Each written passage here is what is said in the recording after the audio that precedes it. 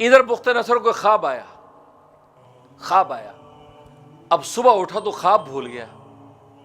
اب بہت سوچا سمجھ میں نہ آیا کہ خواب۔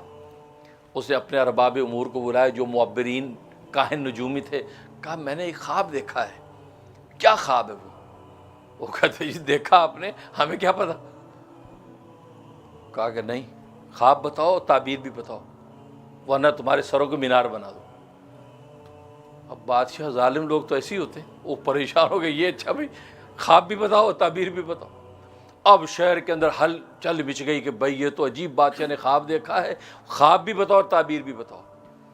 اب پریشان، تو یہ بات جیل تک بھی پہنچی جہاں پر حضرت دانیال علیہ الصلوۃ والسلام گرفتار تھے۔ حضرت دانیال تک جب بات پہنچی تو انہوں نے سپرینٹینڈنٹ جیل سے کہا کہ بات سنا تمہارے بادشاہ نے خواب دیکھا ہے؟ کہا کہ ہاں۔ اور وہ پوچھ رہا کہ خواب میں نے کیا دیکھا؟ کہا ہاں۔ کہا کہ میں بتا سکتا ہوں۔ تو وہ ہنسنے لگا کہ بھائی یہ دیکھو، اور بڑے بڑے ان کے ماہرین جو دربار پہ بیٹھے ہیں ان کی ہوا اکھڑ رہی ہے، اور تو یہاں جیل میں بیٹھے کیسے بتا سکتا؟ کہتا نہیں، میں اللہ کا پیغمبر ہوں، میرا اللہ سے رابطہ ہے، میں اللہ سے پتہ کر کے بتا دوں گا۔ اچھا چلو، وہ لے گیا بادشاہ کے پاس، بخت نصر کے سامنے کہا جی یہ شخص ہے، یہ قیدی ہے، اور یہ بنی اسرائیل کے مقدس لوگوں کا جو خاندان ہے نبیوں کا، یہ ان میں سے ایک آدمی ہے۔ یہ کہتا ہے میں تمہیں خواب بتا دوں گا اور تعبیر بھی۔ کہا کہ اچھا بتاؤ کیا خواب دیکھا؟ اب حضرت دانیال علیہ الصلوۃ والسلام فرمایا کہ خواب تم نے یہ دیکھا کہ تم نے ایک بت دیکھا، بت، اتنا بڑا بت جو زمین سے آسمان کے احاطے میں پھیلا ہوا ہے، جس کا اوپر کا حصہ سونے کا ہے، نیچے کا حصہ چاندی کا ہے، اس کے دونوں رانے لوہے کی ہیں، اس کی پنڈلیاں جو ہے وہ مٹی کی ہیں۔ اس طرح کا ایک بت ہے، یہ تم نے دیکھا، اور وہ اتنا حسین و جمیل اور پرکشش ہے کہ تو اس کی پرکشش اور حسن و جمال کے اندر منہمک ہو کے حیران ہو کے دیکھ رہا ہے کہ اچانک آسمان سے ایک پتھر گرا، وہ پتھر اس کی ٹوٹری پہ لگا، اس کی ٹنڈ پہ لگا، جیسے لگا ہے تو وہ سرمے کی طرح بالکل مٹی ہو کر زمین کے ساتھ لگ گیا، اور وہ پتھر جو لگا تھا وہ پتھر پھیلتا پھیلتا پھیلتا پورے افق کو اس نے گھیر لیا، اور اتنے بڑے پتھر کی ہیبت دیکھ کر تو گھبرا گیا، تیری آنکھ کھل گئی۔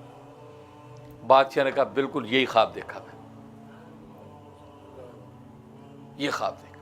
تعبیر کیا ہے؟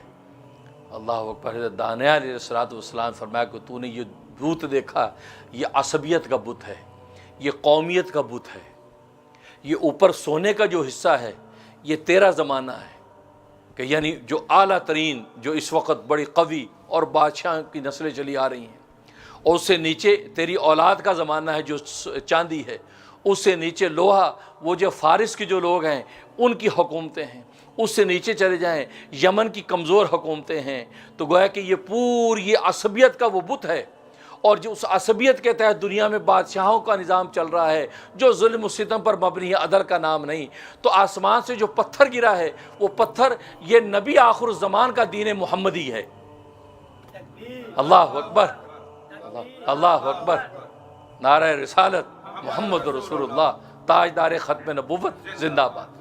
کہا کہ یہ دین محمد کا وہ پتھر ہے، اس پتھر نے آ کے اس عصبیت کے بت کو توڑ دیا اور بالکل سرمے کی طرح مٹی کر دیا۔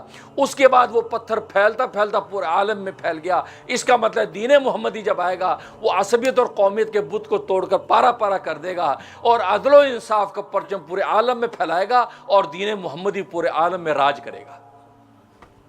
یہ دیکھا ہے۔ اس نے کہا بالکل صحیح دیکھا، اور یہی خواب اور یہ تعبیر۔ بڑا خوش ہوا، اس نے حضرت دانیال علیہ الصلوۃ والسلام کو آزاد کر دیا۔ اب جب یہ خبر پھیلی کہ دین محمدی آئے گی اور نبی آخر زمان آنے ہیں، تو بنی اسرائیل کہ جنہوں نے وہاں پر بخت نصر کے ظلم و ستم دیکھے تھے، اور وہاں یروشلم کے اندر وہاں ندیوں کے ندیاں خون کے بہہ گئی تھی، انہوں نے پتہ لگایا اپنی کتابوں میں کہ یار وہ نبی آخر زمان آنے کہاں ہیں، تو بتایا گیا کہ وہ یثرب میں آئیں گے۔ یثرب کہاں؟ وہ یثرب مدینہ منورہ، یعنی عرب کی اس سرزمین کے اندر وہ نبی آئیں گے۔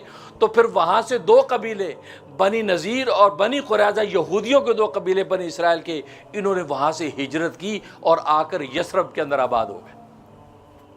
وہاں آ کر انتظار کرنے لگے کہ وہ نبی آخر الزمان آئے گا، ورنہ ظلم کی حالت یہ ہم پر ظلم کی چکی چلی ہے تو ہمارے لاکھوں انسان جو وہ ذبح ہو گئے۔ ایک روایت میں لکھا کہ 6 لاکھ بنی اسرائیل جو ہے وہ شہید کیے گئے، اور اس وقت شہید کیے گئے، اس وقت مسلمان تھے، وہ قتل کیے گئے، ان کی خون کی ندیاں بہہ گئی ہیں اور وہ ان کو کوئی راستہ نہیں مل رہا ہے۔ تو یہ پھر وہاں سے پناہ لینے کے لیے ہم مکہ کے اندر مدینہ میں پہنچے، اور یہ خیبر کا جو علاقہ ہے وہ خیبر کے اندر جا کے انہوں نے پڑاؤ ڈالا اور یہاں پر یہ آباد ہو گئے اور نبی آخر الزمان کا انتظار کرتے رہے۔ اب نبی آخر الزمان کئی سو سال کے بعد سرکار دو عالم صلی اللہ علیہ وسلم کی مکہ کے اندر بعثت ہوئی۔ اب یہ مدینہ کے اندر اپنی چودراہٹ پکڑ چکے تھے، کیونکہ یہ اپنے آپ کو نبیوں کے اولادیں کہتے تھے اور یہ اپنے آپ کو دین حق پر قائم سمجھتے تھے۔ تو مدینہ کے جو لوگ تھے، مدینہ کے جو انصار، ان کی بڑی عزت کرتے، ان کو مقتدی اور امام مانتے تھے۔ ان کو اب یہ گوارا نہیں ہو رہا تھا کہ یار یہ نبی مکہ میں کون آ گیا ہے۔ اب انہوں نے جب تحقیق کی تو پتہ چلا ہاں یہ بنی اسماعیل میں سے نبی آ گیا ہے، اور یہ خود بنی اسرائیل میں سے تھے۔ انہوں نے یہ سمجھا تھا کہ بنی اسرائیل میں سے آخری نبی آئے گا، اور یہ بنی اسماعیل میں سے آ گیا۔ اب یہ پریشان ہو گئے، انہوں نے پھر نبی کریم صلی اللہ علیہ وسلم کے خلاف یہ ریشہ دوانیاں شروع کر دیں، اور یہ مکہ میں لوگوں کو بھیج کے آپ سے سوالات کرواتے، آپ سے بحث مباحثے کراتے، آپ پر طعن و تشنیع کرتے۔ اس طریقے سے یہ سارا سلسلہ چلاتے۔ تو لہٰذا یہی ہوا۔ اسی طریقے سے یہ وہاں جب آباد ہوئے ہیں تو آباد ہونے کے بعد جو ہے انہوں نے جو ہے وہ سرکار دو عالم صلی اللہ علیہ وسلم کا انتظار کیا کہ وہ تشریف لائیں۔ چنانچہ نبی کریم صلی اللہ علیہ وسلم جب مدینہ طیبہ کے اندر پہنچے ہیں، وہاں یہ یہود کے قبیلے موجود تھے، اور وہاں سرکار دو عالم صلی اللہ علیہ وسلم کو اگر آپ مانتے ہیں تو نتیجہ یہ ہوگا کہ ہماری چراہتیں ختم ہو جائیں گی۔ اور جبکہ ان کے آنے سے پہلے ان کی حالت یہ تھی، قرآن کہہ رہا وَلَمَّا جَاءَهُمْ كِتَابٌ مِّنْ عِندِ اللَّهِ مُصَدِّقٌ لِّمَا مَعَهُمْ، اور جب آئی ان کے پاس کتاب اللہ کی طرف سے جو تصدیق کر رہی تھی اس کتاب کی جو ان کے پاس ہے، وَكَانُوا مِن قَبْلُ يَسْتَفْتِحُونَ عَلَى الَّذِينَ كَفَرُوا، اور اس سے پہلے وہ کافروں کے اوپر فتح طلب کرنے کے لیے محمد کا وسیلہ دیتے تھے، کہتے تھے کہ محمد آئیں گے نبی آخر الزمان، وہ ہمارے نبی، ہم پھر تم سے پوچھیں گے۔ ان کے آنے سے پہلے ان کے وسیلے دیتے تھے کہ اس کے وسیلے سے اللہ ہمیں فتح دینا، اور مشرکین مکہ کے اوپر جو ہے یہ وہ کرتے تھے کہ محمد آئیں گے پھر ہم تم سے پوچھیں گے۔ ان کے آنے سے پہلے یہ کرتے تھے۔ فلما جاءہم، اور جب محمد آ گئے معرفو، جس کو یہ پہچانتے تھے اپنی کتابوں کے ذریعے سے کہ یہاں محمد نے آنا ہے، تو کفروا بھی، انکار کر گئے، آپ کی تکذیب کر دی۔